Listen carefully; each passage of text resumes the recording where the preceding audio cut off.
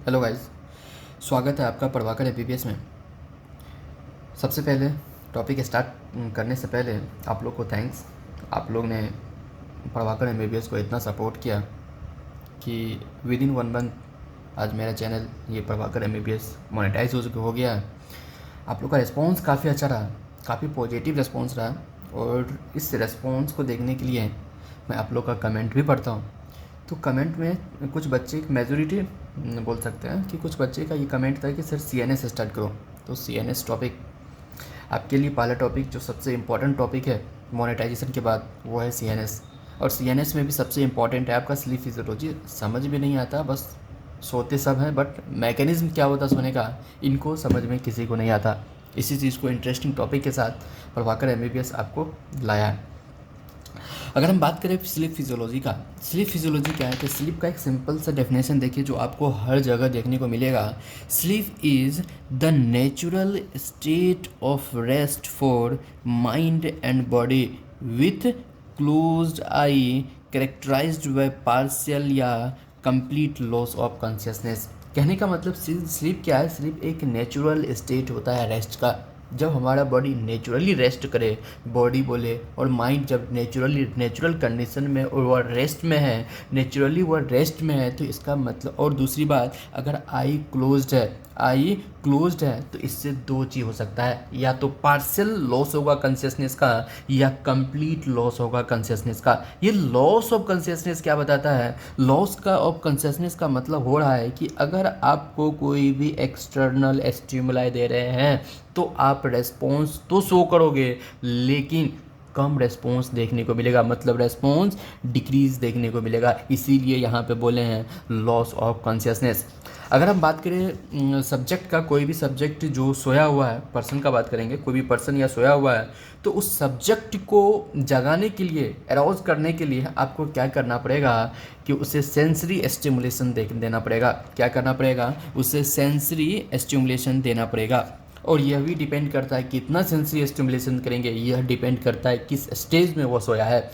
इस चीज़ को अपन टॉपिक को इंटरेस्ट बनाने के लिए कि ध्यान से देखो, जैसे अपन बात करेंगे जो स्लीप होता है ना, स्लीप में क्या होता है, बॉडी और माइंड यह हमारा नेचुरली रेस्ट में आ जाता है। जब बॉडी और माइंड रेस्ट में होगा तो क्या होगा, क्या क्या चेंजेस देखने को मिलेगा इसमें। सबसे पहले कार्डियोवैस्कुलर सिस्टम सीवीएस का बात करेंगे तो उसमें heart rate, cardiac output, vasomotor tone और ब्लड प्रेशर यह तुम्हें डिक्रीज़ देखने को मिलेगा। ये सब तुम्हें डिक्रीज़ देखने को मिलेगा। अगर रेस्पिरेटरी सिस्टम से का बात करेंगे तो इसमें क्या होगा, जो टाइडल वॉल्यूम है, जो रेस्पिरेटरी रेट है और या पल्मोनरी वेंटिलेशन है, यह भी तुम्हें डिक्रीज़ देखने को मिलेगा। अगर बीएमआर का बात करेंगे तो बीएमआर जो होता है बेसल्स मेटाबॉलिक रेट, यह भी तुम्हारा डिक्रीज़ होगा, लेकिन यह केवल 10% डिक्रीज़ देखने को मिलता है इसमें। अगर हम बात करें यूरिन का, तो यूरिन क्या होता है कि इसमें यूरिन का वॉल्यूम तो तुम्हें डिक्रीज मिलेगा, लेकिन यूरिन के पास जो स्पेसिफिक ग्रेविटी इंक्रीज हो जाता है और फॉस्फेट वगैरह का कंसंट्रेशन इंक्रीज हो जाता है, जिसके कारण यूरिन क्या होता है, कंसंट्रेटेड फॉर्म में दिखने को मिलता है। क्या? कंसंट्रेटेड फॉर्म में तुम्हें देखने को मिलेगा। अगर सिक्रीशन का बात करेंगे, सिक्रीशन क्या होता है, सिक्रीशन में जो स्लेवरी लैक्राइमल सिक्रीशन है यह तो तुम्हें डिक्रीज देखने को मिलेगा, लेकिन स्वेट सिक्रीशन तुम्हें इंक्रीज देखने को मिलेगा। क्या? इंक्रीज देखने को मिलेगा। अगर मसल्स का बात करेंगे तो मसल्स कंप्लीटली रिलैक्स्ड हो जाएगा। जब मसल्स कंप्लीटली रिलैक्स हो गया, जो मसल टोन है वो कम होके मिनिमम हो जाएगा। क्या हो जाएगा? कम होके मसल टोन मिनिमम हो जाएगा। याद रखना, इस पॉइंट को एक जगह अपन डिस्कस करेंगे, मसल टोन मिनिमम हो रहा है। तो अगर रिफ्लेक्स का बात करेंगे तो डिप रिफ्लेक्स, दो रिफ्लेक्स होगा, एक डिप रिफ्लेक्स होगा। अपन डिस्कस करेंगे रिफ्लेक्स टॉपिक पे। रिफ्लेक्स क्या होता है? एक तो होता है तुम्हारा डिप रिफ्लेक्स, एक होता है सुपरफिशियल रिफ्लेक्स। यह जो डिप रिफ्लेक्स है यह तो तुम्हें रिड्यूस देखने को मिलेगा, लेकिन जो सुपरफिशियल रिफ्लेक्स है इसमें कोई भी चेंज देखने को नहीं मिलेगा। अगर हम बात करें टाइप ऑफ स्लीप का, टाइप ऑफ स्लीप दो टाइप का स्लीप होता है। कितना टाइप का? दो टाइप का स्लीप होता है। एक तो होता है तुम्हारा non rapid eye movement sleep, जिसको हम शॉर्ट में बोलेंगे NREM, और इसको जो होता है non rapid eye movement sleep क्यों बोलेंगे। और दूसरा बात याद रखना, इसे हम स्लो वेव स्लीप भी बोलेंगे। क्या बोलेंगे? स्लो वेव स्लीप भी बोलेंगे। इसे non rapid eye movement sleep क्यों बोलते हैं? क्योंकि इसमें जो आई का मूवमेंट नहीं होता है, आई का मूवमेंट ही नहीं होगा, तो इस स्लीप को क्या बोलेंगे? Non rapid. हाँ, अगर आप सोते हो ना तो आपकी आई में भी मूवमेंट होती है। आप इसका मतलब आंख क्लोज करने का मतलब ये नहीं है कि आपका आई रेस्ट में है,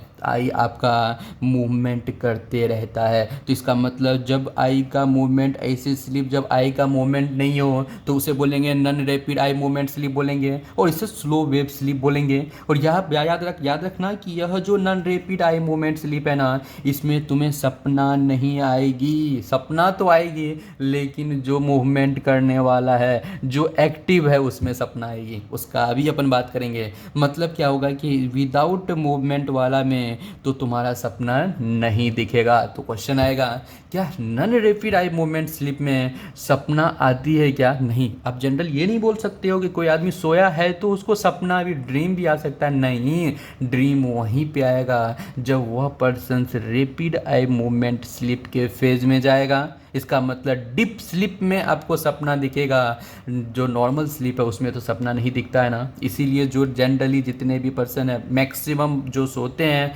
सबको सपना नहीं दिखता है अगर जनरली वह non rapid eye movement sleep phase में है। तो अगर हम बात करें कि दूसरा टाइप का एक होता है रैपिड आई मूवमेंट स्लीप। यह रैपिड आई मूवमेंट स्लीप को हम REM मतलब रैम भी बोल सकते हैं। यह रैपिड आई मूवमेंट में क्या होता है? आई बॉल का मूवमेंट होता है। क्या? आई बॉल का मूवमेंट होता है। और जब आई बॉल का मूवमेंट होगा तो तुम्हें सपना भी दिखेगा, मतलब ड्रीम्स होगा। एक चीज़ याद रखना, सपना कोई बोलते हो ना, तुम सोए हो तो आज मैंने बहुत अच्छा सपना देखा मतलब क्या है? आपका आँख मूव कर रहा है। एक जहाँ तक विजुअल फील्ड है ना, उस विजुअल फील्ड तक आपकी आँख की मूवमेंट होती है। इसीलिए हम बोल सकते हैं कि सपना अगर आप देख रहे हो तो आपका आँख का मेहनत है। इसका मतलब क्या हो जाएगा? आपका आई मूव कर रहा है, आई बॉल का मूवमेंट हो रहा है। एक चीज़ इंपॉर्टेंट, यह जो रैपिड आई मूवमेंट स्लीप है, इसे हम डीपेस्ट स्लीप भी बोलेंगे। जब डीप स्लीप बोलेंगे इसीलिए इसे पैराडॉक्सिकल स्लीप भी बोलेंगे।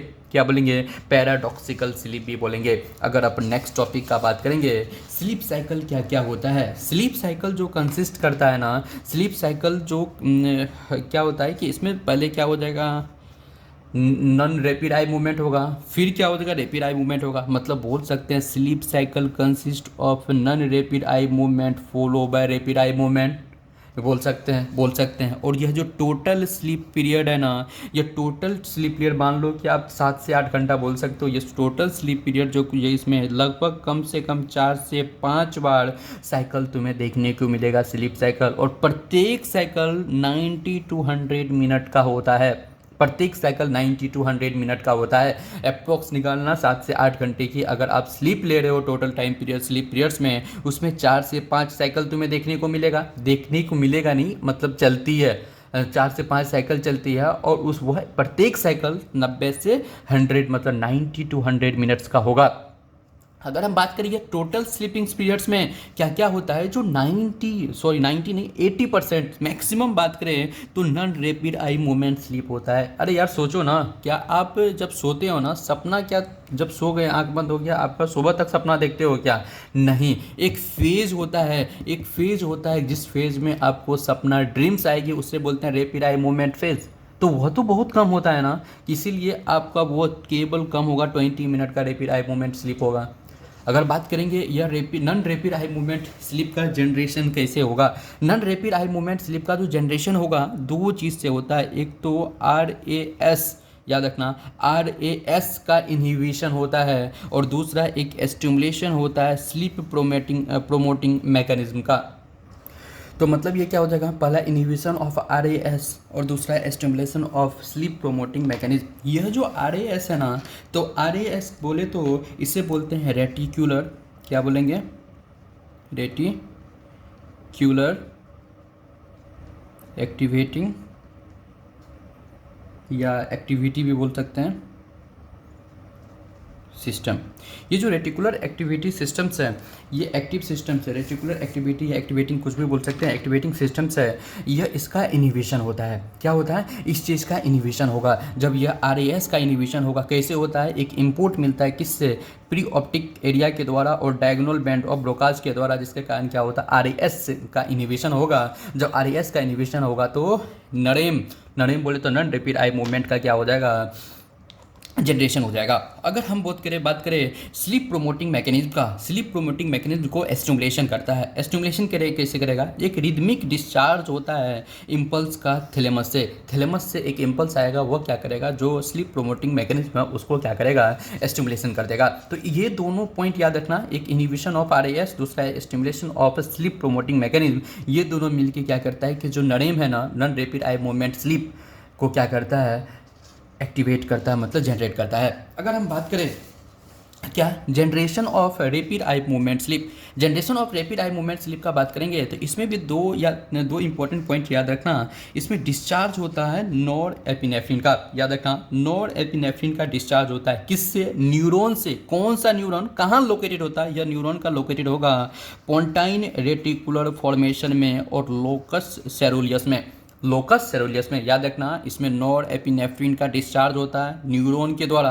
यह न्यूरॉन कहाँ लोकेटेड होता है? ये पोंटाइन रेटिकुलर फॉर्मेशन में और लोकस सेरुलियस में। एक चीज़ याद रखना, जो रैपिड आई मूवमेंट स्लीप है उसमें तुम्हें पोन्स देखने को मिलेगा, इसीलिए यहाँ पे पोंटाइन वर्ड यूज हो रहा है। तो मतलब पोंटाइन रेटिकुलर फॉर्मेशन और लोकस सेरुलियस में एक नर्व होता है जिससे डिस्चार्ज होता है नॉर एपिनेफ्रिन। इसके डिस्चार्ज होने से REM स्लीप का जनरेशन होता है। क्या होता है? REM rapid eye movement sleep का जनरेशन होता है। एक होता है कि पोंटोजेनिकुलर ऑक्सीपिटल स्पाइक। क्या? पोंटोजेनिकुलर ऑक्सीपिटल स्पाइक। ये बहुत इंपॉर्टेंट स्पाइक है, याद रखना। केवल नाम मेंशन करके आ जाना तो मार्क मिलेगा आपको।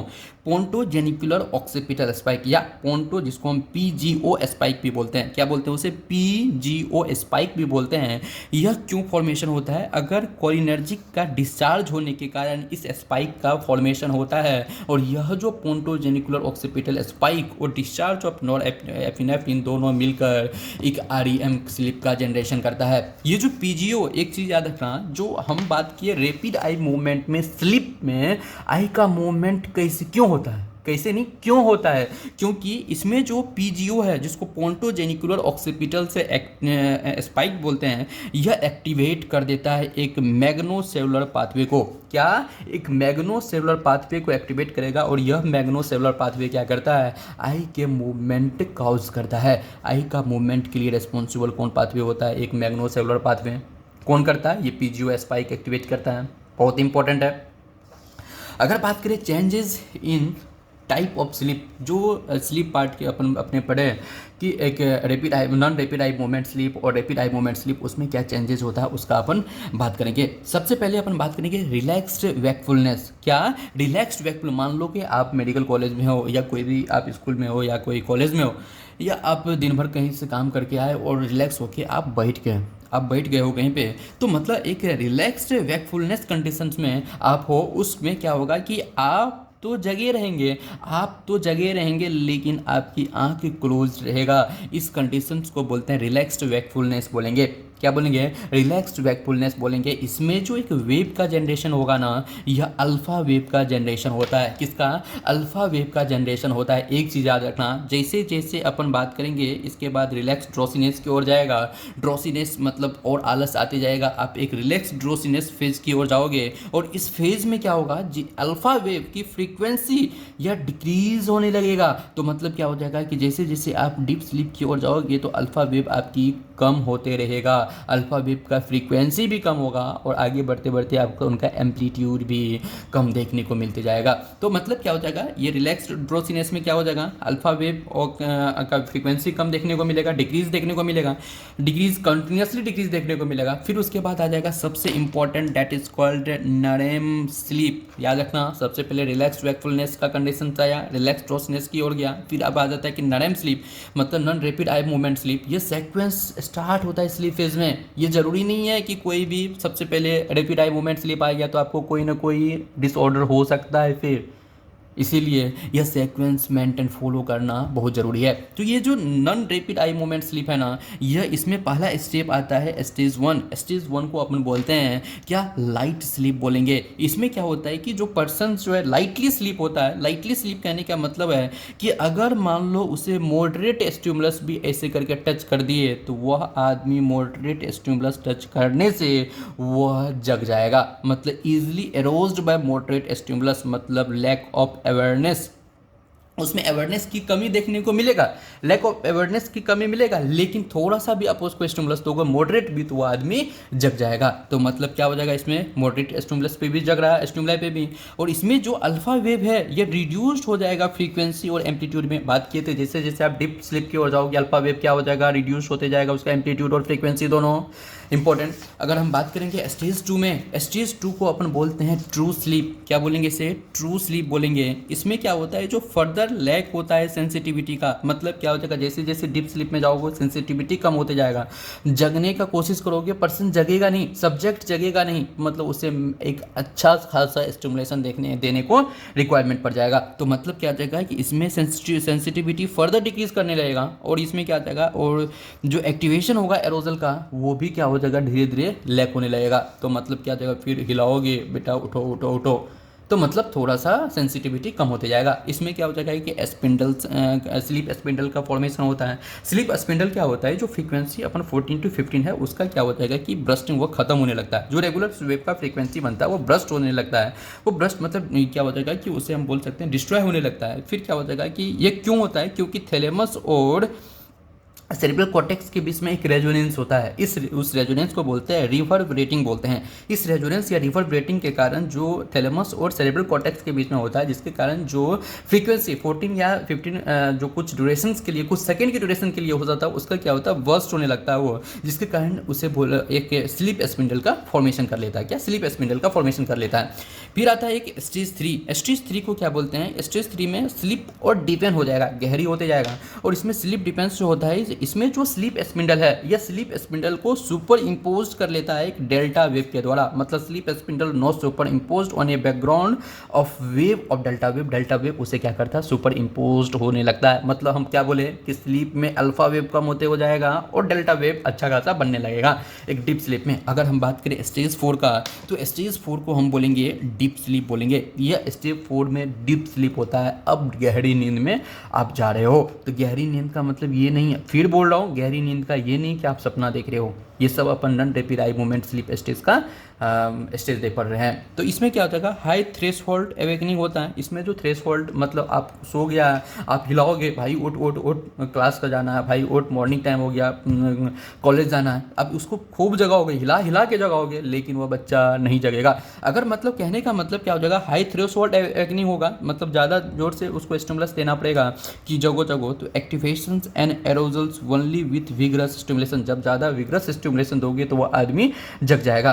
तो इसमें क्या हो जाएगा कि व्हेन अवेकन, मान लो वह जग गया, तो क्या पर्सन आपको कंप्लेन करेगा, यार क्या कर सकता है, क्या यार यार सपना देख रहा था तुमने जगा दिया? नहीं, यह भी non rapid eye movement sleep का कंडीशन स्टेज है। इस मूवमेंट, इस स्टेज में सपना तो केवल आपके रैपिड आई मूवमेंट स्टेज में देखने को मिलेगा, इस स्टेज में तो नहीं मिलेगा। नहीं, उसमें पर्सन को कोई भी ड्रीम्स नहीं आएगा, मतलब डज नॉट रिपोर्ट ड्रीमिंग का कोई भी कंप्लेनिंग नहीं करेगा कि सर भाई हम सपना देख रहे थे तुमने जगा दिया, ऐसा कुछ नहीं बोलेगा। अगर बोलता है तो वह देख लेना किस स्टेज में है, बोलना कि भाई तू झूठ बोल रहा है। अगर बात करेंगे हाई वोल्टेज डेल्टा वेव का, इसमें क्या हो जाएगा, तुम्हें हाई वोल्टेज डेल्टा वेव देखने को मिलेगा, क्योंकि जैसे जैसे डीप स्लीप में जाते हैं तो डेल्टा वेव का जो होता है वोल्टेज देखने बढ़ने लगता है। अगर हम बात करेंगे क्या नेक्स्ट पॉइंट का, एक REM स्लीप जिसका अपन बात करते हैं, जिसकी आपको रिक्वायरमेंट भी है। आप रैपिड आई मूवमेंट स्लीप का बात करेंगे तो यह जो रैपिड आई मूवमेंट स्लीप होता है ना, यह डीपेस्ट स्लीप होता है, मतलब ग्रेटेस्ट। इसमें सबसे ज़्यादा आपको रिलैक्सेशन देखने को मिलेगा। इसमें पर्सन को हिलाना चाहोगे ना, आप हिला नहीं पाओगे, हिला तो दोगे भाई, जगा नहीं पाओगे, जगा नहीं पाओगे। इसीलिए इसमें पर्सन आसानी से सेंसरी स्टिमुलाई से नहीं जगेगा, आसानी से सेंसरी स्टिमुलेशन देने से वो आदमी नहीं उठेगा। तो नहीं उठेगा तो इसका मतलब क्या हो गया कि आप कुंभकर्ण की नींद बोल सकते हो। कुंभकर्ण की नींद में वो सोया रहेगा।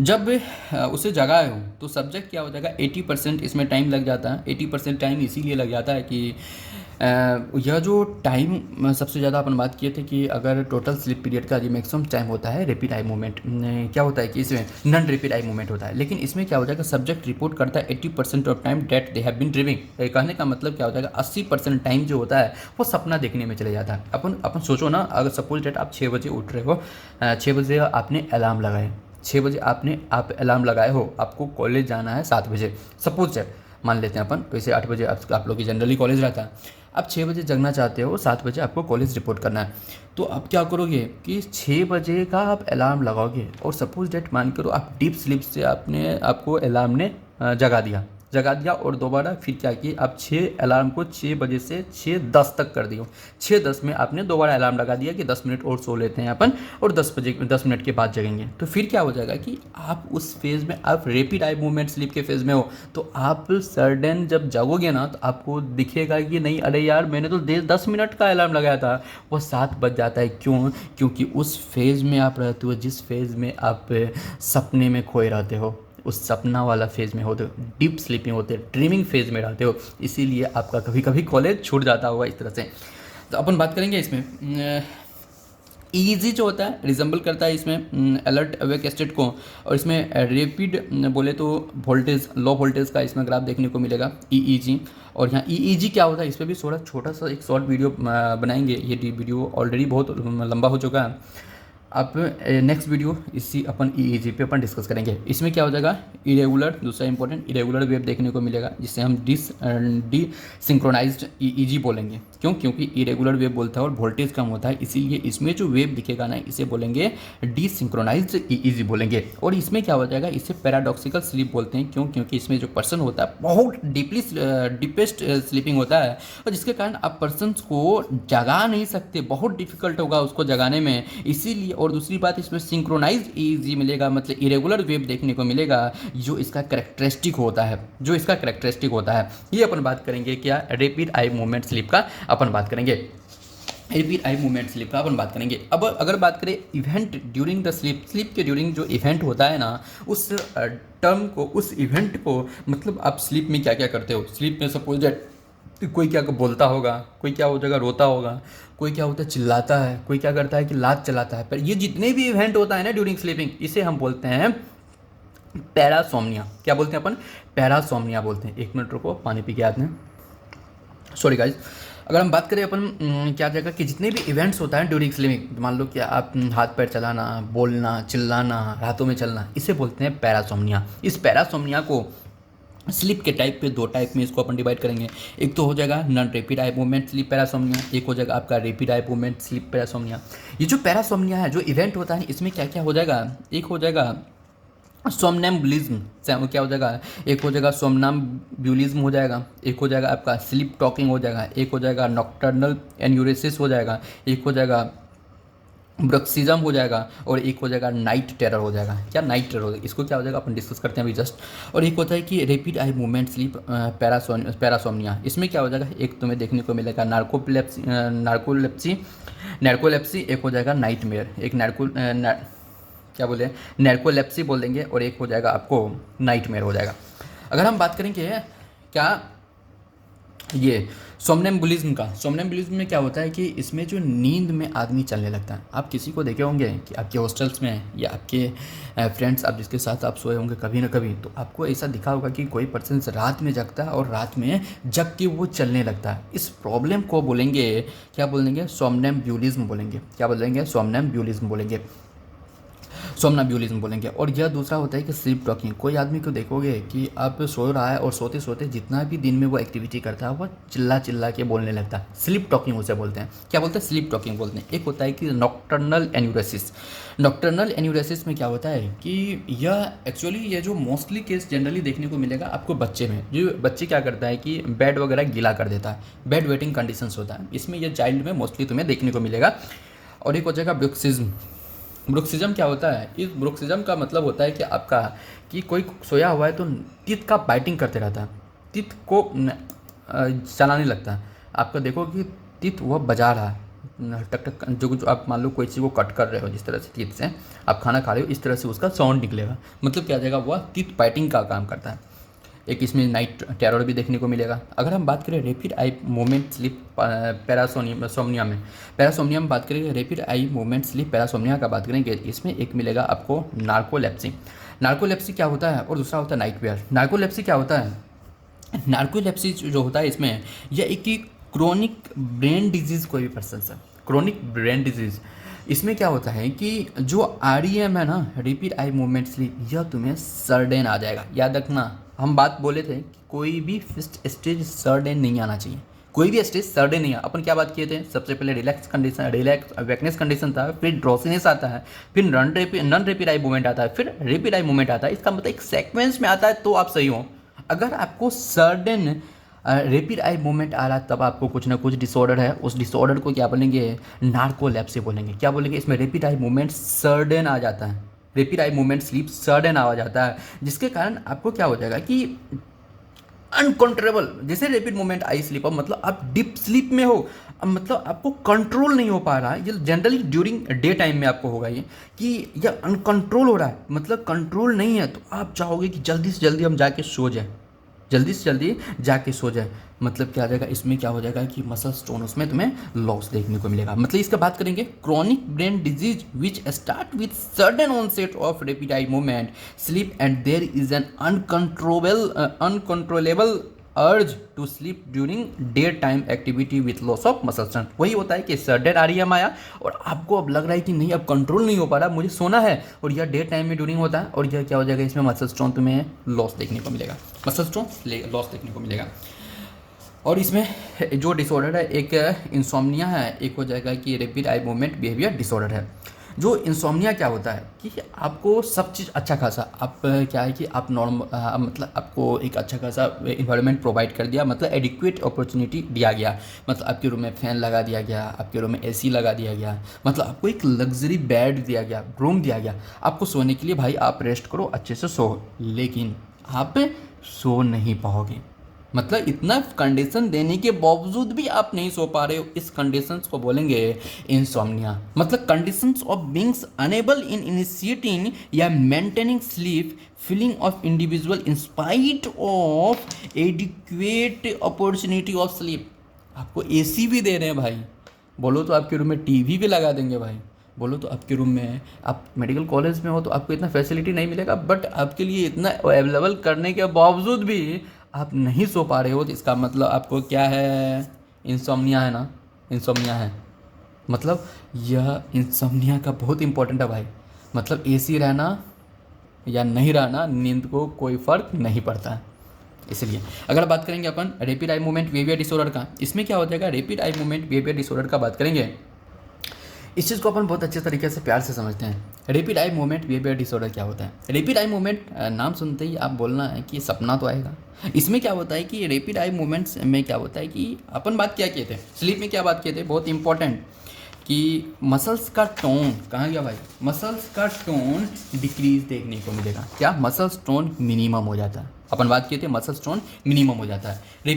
रैपिड आई मूवमेंट में मसल्स टोन मिनिमम हो रहा है, लेकिन इस REM में क्या होता है कि इसमें हाइपोटोनिया नहीं होता, मसल्स का टोन कम नहीं होता, मसल्स का टोन कम नहीं होता। मतलब इसमें रैपिड आई मूवमेंट या एक डीप स्लीप है, इसमें आपको सपने आएंगे, अच्छे खासे आपको सपना तो आएगा, लेकिन आप बेड पे सोते सोते सपना नहीं देखोगे, तो आप बेड से जंप कर जाओगे, आउट बेड से बाहर जंप कर जाओगे, और उस बेड में आप अपना एक्शन दिखाने लगोगे। उतर के बेड पे आप रूम में, आप मान लो सपोज डेट आप सलमान खान बन गए, सपना में आप सलमान खान बन गए, आपके सामने कैटरीना कैफ है, तो आपको लगेगा कि यार अभी हम वो नहीं है जो पहले थे, अब आप सलमान खान हो, तो सलमान खान सपोज डेट आपके सामने, उस कैटरीना कैफ के पीछे कुछ गुंडे हैं, तो आप उससे बचाना चाहोगे, आप फाइट मारोगे, पैर हाथ चलोगे। इसीलिए इस स्लिप में अगर कोई भी पर्सन आपके अगल बगल है तो आपको गुंडा दिखेगा और आप उसे मार के फोड़ दोगे। इसीलिए इसे क्या बोल सकते हैं, इसमें पर्सन जो है इसका हाइपोटोनिया तो नहीं होता है, हाइपोटोनिया इसमें नहीं होता है,